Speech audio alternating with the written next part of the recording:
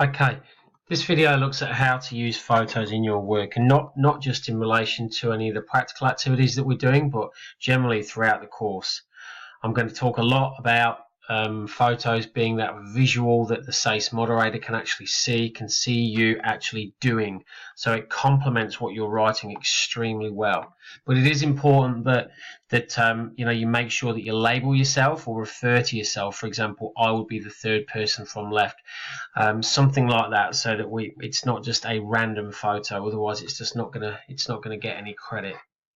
So remember from the last document that we just looked at, I showed you how to write a good journal entry. Within this particular here, I referred to the pictures.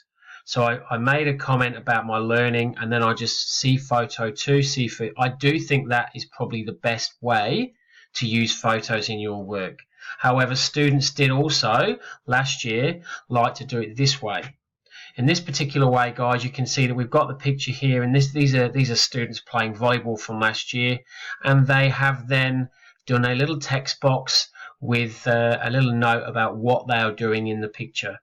So I'll read that first one, for example. You can see here that the boy's playing volleyball and he's playing a set shot to himself. So in this photo, I'm warming up by playing set shots to myself. For an effective set shot, you need to flick the ball high and with control to set up a spike. Arm follow through is really important, and you can see that I'm able to do this in the photo. So very simple descriptive comment, but excellent use of photo.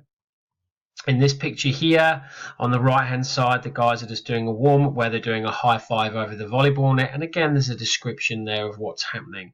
If we go down the page, this one is the W formation in the volleyball lesson. You can see in the middle of the picture there that the person has clearly labelled themselves. They're stood here at the net.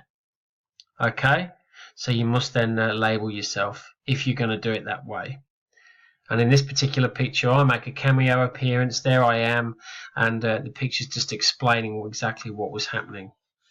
Okay, so that's the two ways there. So option A is to put C photo and then have the photo there. I personally prefer that. Okay, it's probably the quicker and easiest way. But option 2 is that you can have the picture with a little description next to it, whichever you prefer to do. All right, so there's those two ways.